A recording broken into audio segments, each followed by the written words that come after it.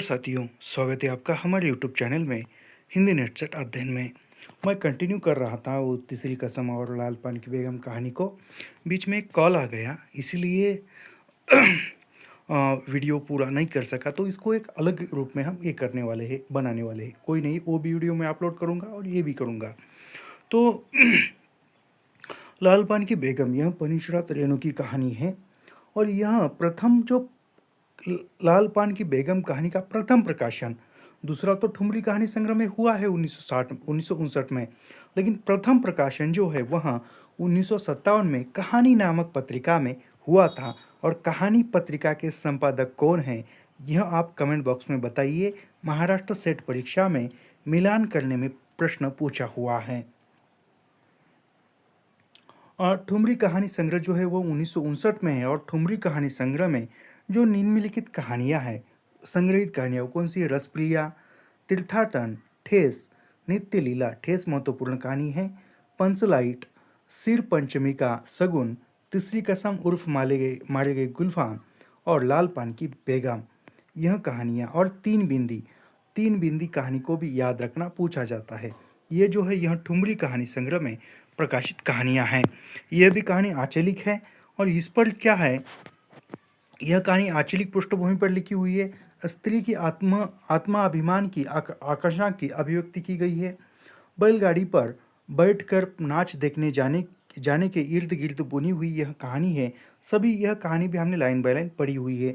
ये भी आंचलिक कथा है, काफ़ी हम फास्ट देख रहे हैं।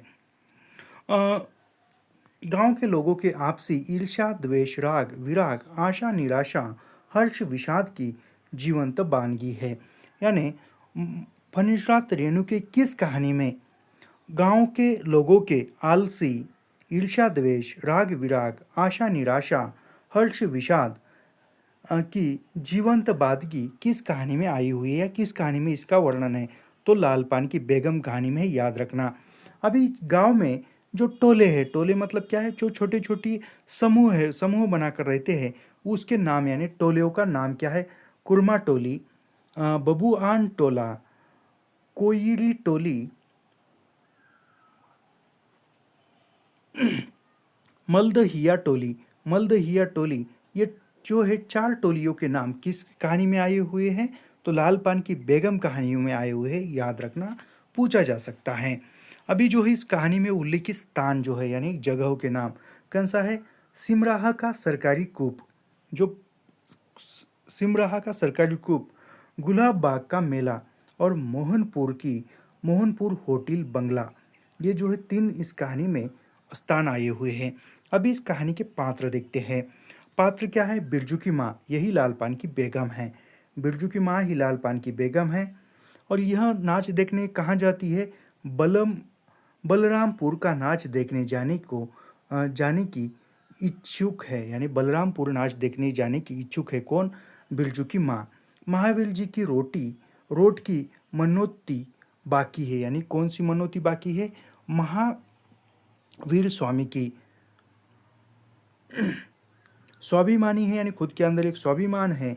जंगी की पतेहू जो टिशिन वाली है। राधे की बेटी सुंदरी लरेना की बीबी को अपनी गाड़ी में बिठाती है। यानी वह अपनी गाड़ी में बिठाती किसको? जंगी की पुतियों को, लाल पान राधे की बेटी सुंदरी को और लरेना की बीबी को वह अंतिमतः नाच देखने जाती है। तब वो अपने गाड़ी में बिठाकर ले जाती है। फिर बिरजू के बप्पा यानी बिरजू के पिता, बप्पा मतलब क्या है? बिरजू के बाबा या पप्पा सर्वे सेटलमेंट से 5 बीघा जमीन हासिल की है। यानी बिरजू के बप्पा के पास कितनी जमीन है? 5 बीघा। और बिरजू के माँ के पास कितनी जमीन है? 5 बीघा। और बिरजू के पास कितनी जमीन है? 5 बीघा, याद रखना। बिरजू की माँ को बैलगाड़ी पर नाच दिखाने ले जाने का वादा करता है और वह बिरजू के बप्पा के पास बैल होते हैं मगर गाड़ी नहीं होती है।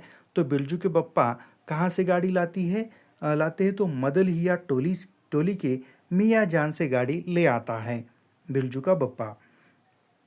बिरजू कौन है? बिरजू का नाम क्या है? बीरज मोहन। बिरजू का नाम क्या है? बीरज मोहन, याद रखना। बिरजू की एक बहन भी है, चंपिया। बीरज मोहन ये कहानी में मार खाने का काम करता है। भाई साहब बहुत अच्छा बच्चा है। बिरजू का नाम क्या है? बिरज मोहन। याद रखना, कहानी में सिर्फ बिरज मोहन नाम का उल्लेख एक ही बार हुआ है कहानी में, मूल कहानी में। तो बिरज मोहन बिरजू का नाम है।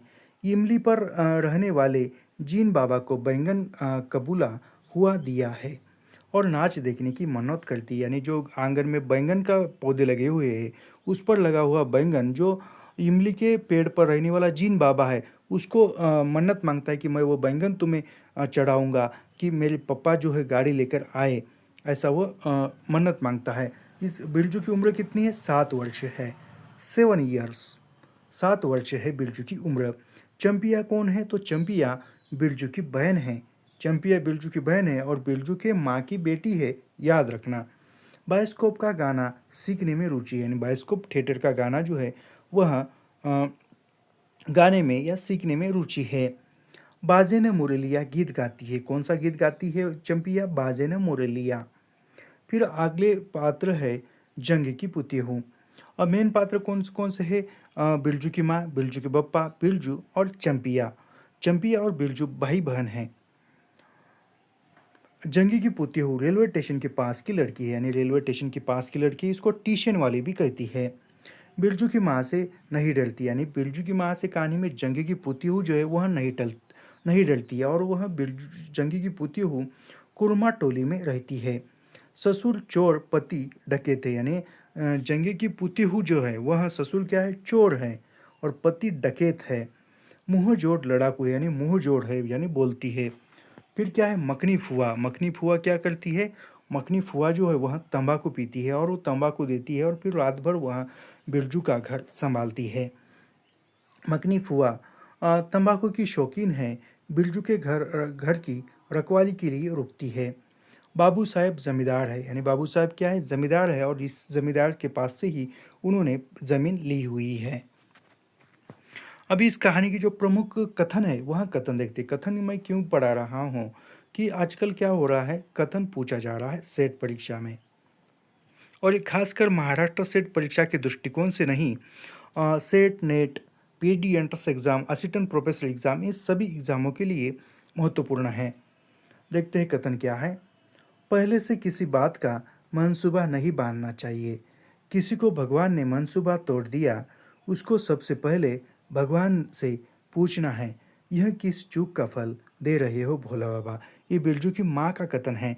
क्यों है? क्योंकि वह मंसूबा मांगती है या लोगों से कहती कि मुझे नाच देखने जाना है बलरामपुर में, और समय पर उसका पति जो है गाड़ी लेकर नहीं आता है, तब वह कथन मन ही मन दोहराती है। पहले से किसी बात का मंसूबा नहीं बांधना चाहिए। किसी को भगवान ने मंसूबा तोड़ दिया, यानी मंसूबा या मन्नत नहीं मांगनी चाहिए, बताना नहीं चाहिए। यदि वह मंसूबा टूट जाता है तो बाद में बहुत दर्द होता है। उसको सबसे पहले भगवान से, यानी जो भगवान से पूछना चाहिए, यह कि किस चूक का फल दे रहे हो भोला बाबा। चल दीदिया चल, इस मोहल्ले में लाल पान की बेगम बसती है। नहीं जानती दोपहर दिन और चौपहर रात बिजली की बत्ती भक भक कर जलती है। ये जंग की पुतीहू कहती है। छोड़ दो, जब तुम्हारा कलेजा ही स्थिर नहीं होता है तो क्या होगा। जोरू जमीन जोर के, नहीं तो किसी और के। ये काफ़ी इम्पोर्टेंट कथन है, याद रखना। छोड़ दो, जब तुम्हारा कलेजा ही स्थिर नहीं होता है तो जाने क्या होगा। जोरू ज़मीन जोड़ के, नहीं तो किसी और के। यानी अब जोड़ लगाओगे या समय आएगा तभी जोरू ज़मीन जोड़ के, यानी जो जोड़ लगाएगा उसकी जोरू हो जाएगी, ज़मीन भी हो जाएगी, नहीं तो किसी और के भी हो जाएंगे। तो इसीलिए वह कहती है, इस कहानी में कथन दिया है, जोरू ज़मीन जोड़ के, यानी जिसके अंदर बल है या जोर है वो झगड़ा करके ये करके ज़मीन लेते हैं 5 बीघा। वो उस समय में वो कथन है। बिरजू के बाप पर बहुत तेजी से गुस्सा चढ़ता ही जाता है। बिरजू की माँ का भाग ही खराब है, जो ऐसा गोबर गणेश घर वाला उसे मिला। कौन सा शौक मौज दिया है, यानी कौन सा सुख दिया है उसके मर्द ने। कोल्लू के बैल की तरह खट कर सारी उम्र काट दी। इसके यहाँ कभी एक पैसा की जलेबी भी ला कर दी है उसके कसम से, यानी कसम से पैसे की जलेबी भी लाकर नहीं दी है। बिरजू की माँ उठकर ओसारे के ओसारे पर आई। डेढ़ पहर रात को गाड़ी लाने की क्या ज़रूरत थी, यानी जो वो गाड़ी लेकर आता है। नाच तो अब खत्म हो रहा होगा, नाच तो अब खत्म हो रहा होगा, ऐसा उसको वो कहती है। डिबली की रोशनी में धान की बालियों का रंग देखते ही बिरजू की माँ के मन का सब मैल दूर हो गया। यानी वो आते समय बिरजू के बप्पा जो है वह खेत से आते समय जो धान की बालियाँ है वह बालियाँ ले आता है, और वह डिबरी की रोशनी, डिबरी यानी पहले जो ऐसे लाइट नहीं थी, डिबरी यानी उसमें जो केरोसिन भरा जाता था और ऊपर से एक छोटी सी धागा डालकर उसको जलाया जाता था, उसको डिबरी कहते थे। ये ऐसा रहता था शायद, ऐसा ऐसा, और इसके ऊपर ऐसा थोड़ा सा ऐसा ऐसा ही कुछ तो रहता था डिबरी। तो वह उसकी रोशनी में धान की बालियों का रंग देखते ही बिरजू के माँ के मन का मैल गुस्सा जो था वह खत्म हो गया है। धानी रंग उसकी आंखों से उतरकर रोम रोम में धुल गया। नाच अभी शुरू भी नहीं हुआ, यानी बिरजू के पापा कहते हैं कि नाच जो है अभी शुरू भी नहीं हुआ हुआ होगा। अभी अभी बलमपुर, यानी अभी अभी क्या है, बलमपुर के बाबू की संपनी गाड़ी मोहनपुर होटल बंगला से हकीम साहब को लाने गई है। इस साल आखिरी नाच है। 25 टट्टी में खोस दे अपने खेत का है, यानी अपने खेत की वो बालिया है। अपने खेत का हुलसती हुई बिरजू की माँ ने पूछा। पक गए धान, यानी अपने खेत का है, अशेल से पूछा, और पक गए धान? नहीं, 10 दिन में अगहन चढ़ते चढ़ते लाल होकर झुक जाएगी सारे खेत की बालियाँ। मदलिया टोली पर जा रहा था अपने, यानी मदलिया टोली पर जा रहा था, तब वह अपने खेत पर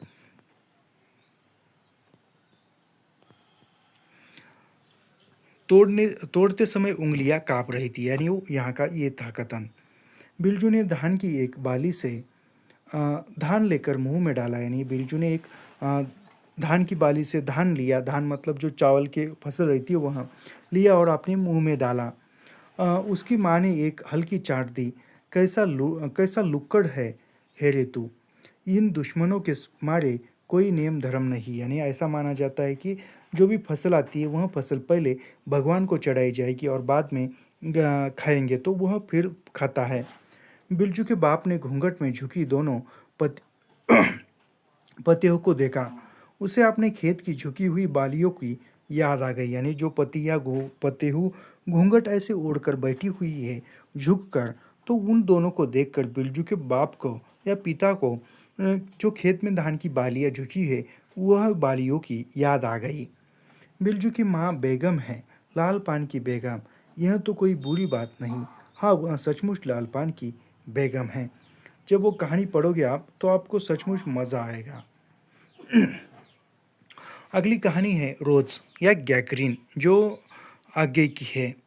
आगे का जन्म कब हुआ भाई साहब, कोई कमेंट करके बताइए। चलो मैंने ही लिख दिया, 1911 में इनका जन्म हुआ है।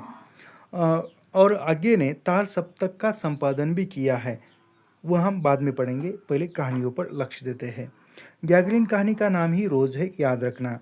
बिंदु को डलहौसी जेल मई 1931 में लिखा, यानी बिंदु कहानी को डलहौसी जेल में आगे ने 1931 में लिखा। गैगरीन कहानी जो है वह विपथगा विपथगा कहानी संग्रह में 1937 में प्रकाशित हुई है। अभी विपथगा कहानियों में संकलित कहानियां हैं। विपथगा, पगोड़ा वृक्ष, हर सिंगार, हरिति, रोज। रोज कहानी का नाम क्या है, गैगरीन है।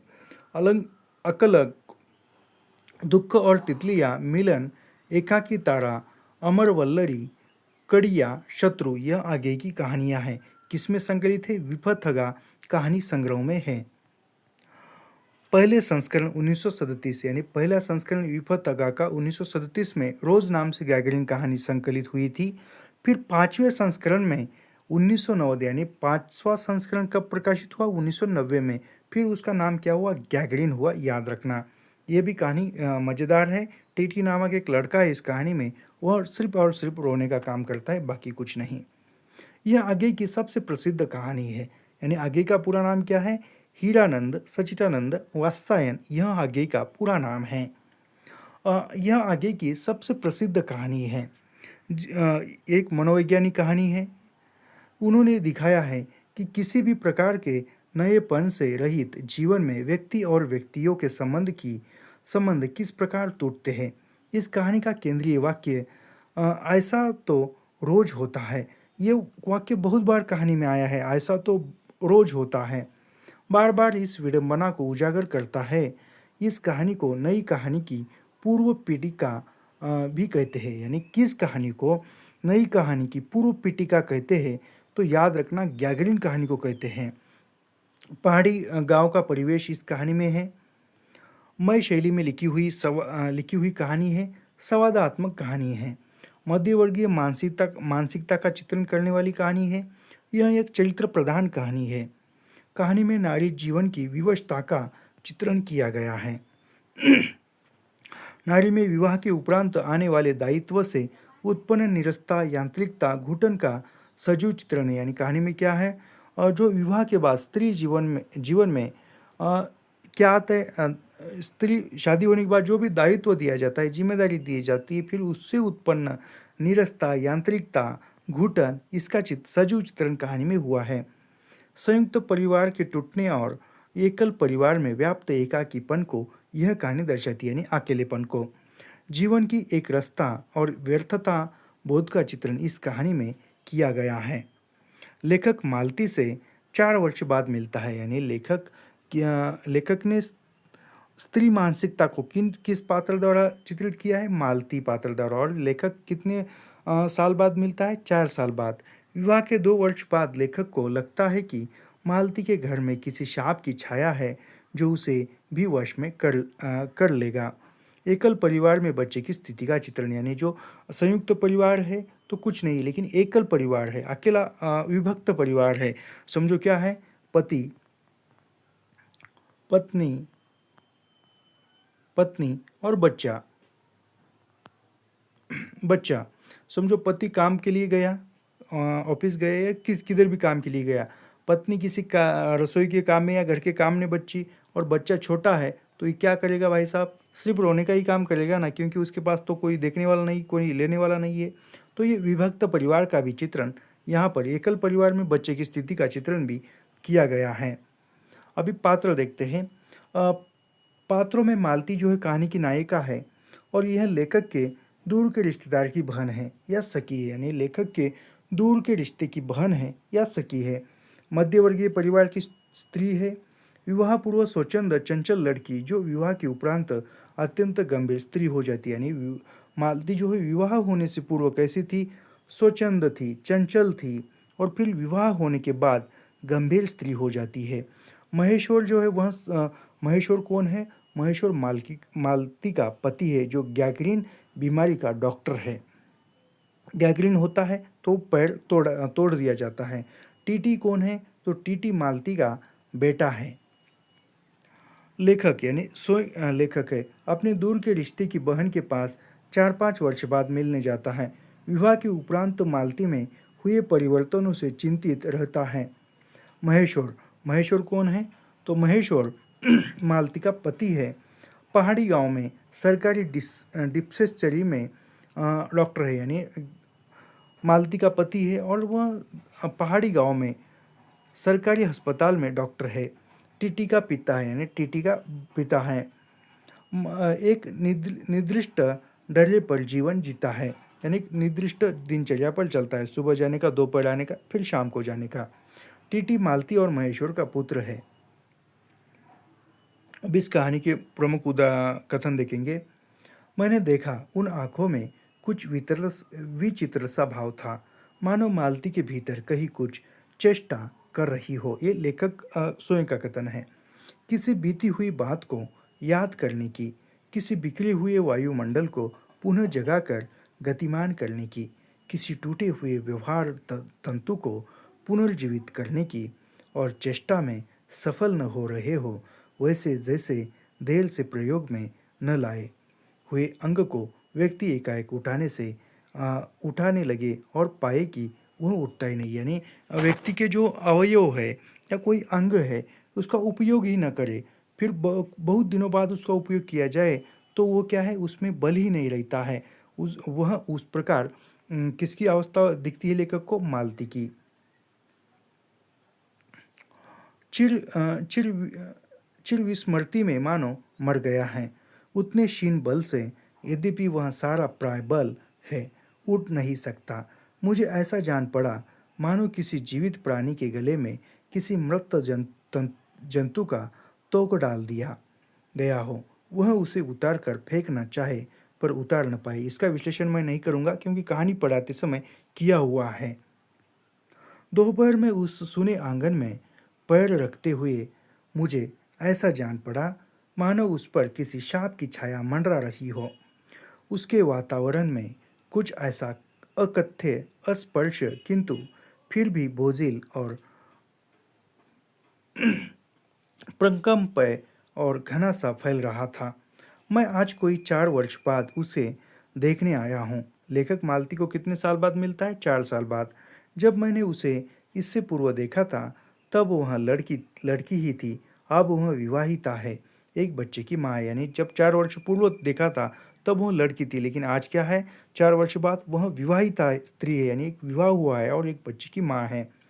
क्या क्या विवाह के 2 वर्ष में ही वह बीते दिन भूल गई, या अब मुझे दूर इस विशेष अंतर पर रखना चाहती है, क्योंकि वह निर्बाध स्वच्छंदता आप तो नहीं हो सकती, पर फिर भी ऐसा मौन जैसा अजनबी से भी नहीं होना चाहिए। यानी लेखक जाता है और कुछ बोलती नहीं, कुछ नहीं, अपने अपने कामों में लगी रहती है। तब ये लेखक कहता है, मैंने देखा उन आंखों में कुछ विचित्र सा भाव था, मानो मालती के भीतर कहीं कुछ चेष्टा कर रहा हो, किसी बीती हुई बात को याद करने की, किसी बिखरे हुए वायुमंडल को पुनः जगाकर गतिमान करने की।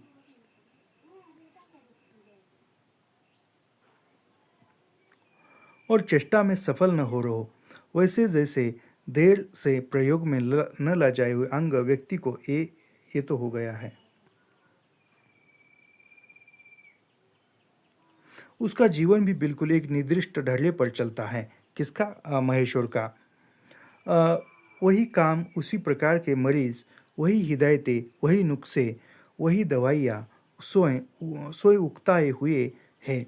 और इसलिए और साथ ही इस भयंकर गर्मी के कारण वह अपने फुर्सत के लिए समय भी चुस्त भी रहते हैं, यानी समय नहीं है। महेश्वर के संदर्भ में लेखक का कथन है। महेश्वर बोले कुछ हंसकर, वह पीछे खाया करती है। यानी वह कहती है कि पीछे खाया करती है, यानी सभी का खाना हो जाने के बाद। बहुत अच्छी कहानी है, पढ़िए आप। पति 2:30 बजे खाना खाने आता है, इसलिए पत्नी 3 बजे तक भूखी बैठती रहेगी। रोज ही ऐसा होता है, यानी रोज ही ऐसा होता है।